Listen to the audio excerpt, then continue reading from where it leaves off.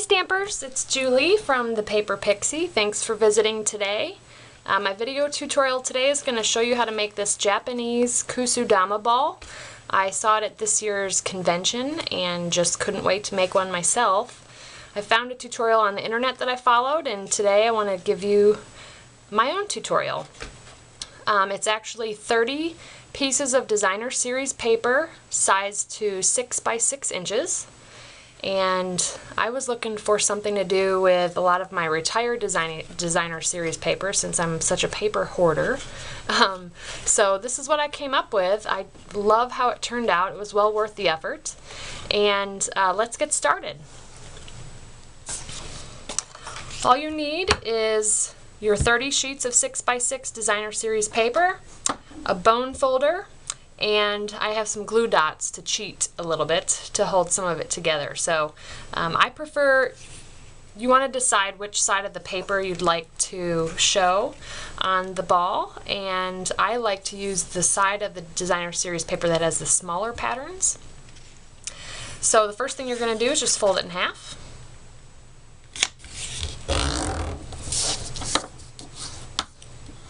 And just keep that bone folder handy. Fold it in half the other way.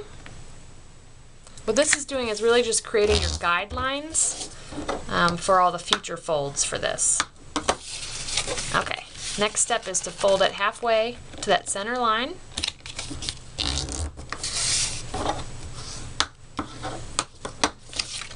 Same thing on the other side.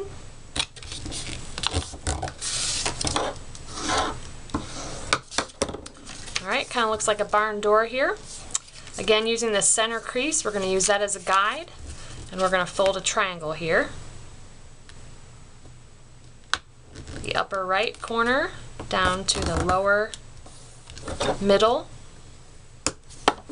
Flip it around. You'll notice everything we're doing is going to be opposites here. So you'll notice a pattern. Now be a little bit gentle with your designer series paper when you're using your bone folder. You'll see that there's a little bit of the white core of that paper that's showing up. It'll just prevent you from getting some paper rips as you go through all these folds. The next step's a little bit tricky. Hopefully you can see it okay on the camera. You lift up one of these corners, and you're going to pull out this piece of paper and pop out that crease. Kind of looks like an airplane shape here. And then fold this piece back. Okay. Do the same thing on the other side. Open this, pop that crease out, fold it over.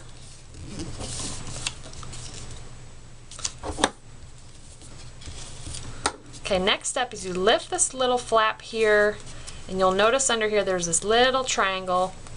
Gently pull that out. This is the spot where I noticed I was ripping the designer series paper a little bit. So pull that out, tuck that piece underneath. Do the same thing on the other side. Pull that out, stick that under. Alright, next step is flip it over. And we're gonna, well, I want to crease it here a little bit just to get it more crisp. And then we're going to fold these little guys over. And this is the cheating part. Grab your glue dots just to keep those flaps down.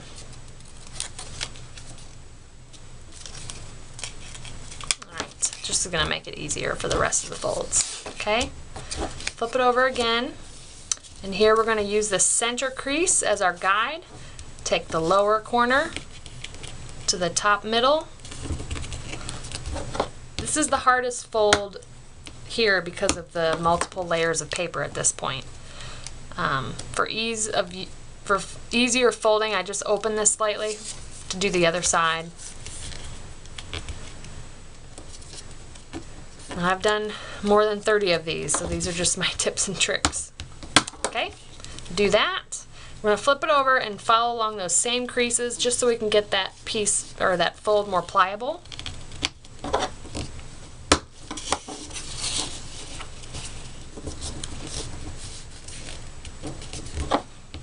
Okay, now this is the cool part. So go ahead and flip it over, and you'll see that these two flaps, there's like a little pocket in here. Go ahead and pull those up and close with these two triangles here. I think this looks like a pair of cat ears or Batman or something, so close that.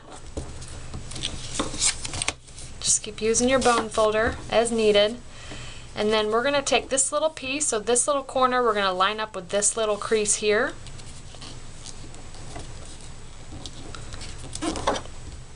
Okay, same thing on the other side.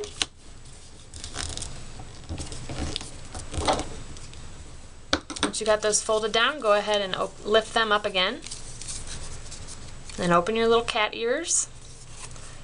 And then with those creases you just made, fold that into your pocket.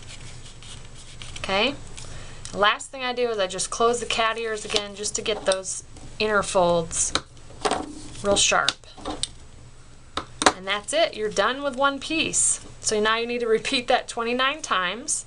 I've done 5 additional ones because I'd like to show you how all the pieces, or at least some of the pieces, fit together, and then you can start to see how you'll put together your Kusudama ball. Now each of these have a little pocket, so you're just going to take your triangle flaps here and put them in the pockets.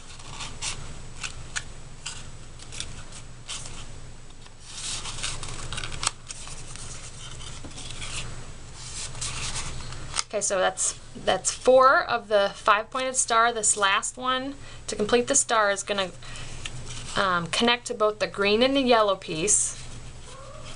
So I get it started in one, and then you gotta bend it a little bit to get this next piece into this pocket. Takes a little bit of working out, but you'll get the hang of it. And then we just put all those, put all those pieces together. There's the start of your Kusudama ball. I wanted to point out, when you do the next piece, okay, so there's the 5-pointed star. When you do the next piece, wherever you want to place it, it's gonna be a little bit tricky, but this is where you get the spherical shape of the ball. In here and in here, and in order to get those to fit together, you're gonna have to fold them just slightly. That's where the ball is gonna start to get its curve.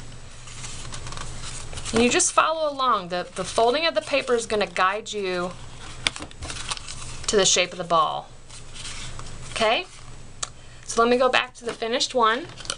The last thing I did with this was I added some ribbon to it so I can hang it from the ceiling in my craft room. Can't wait to do that.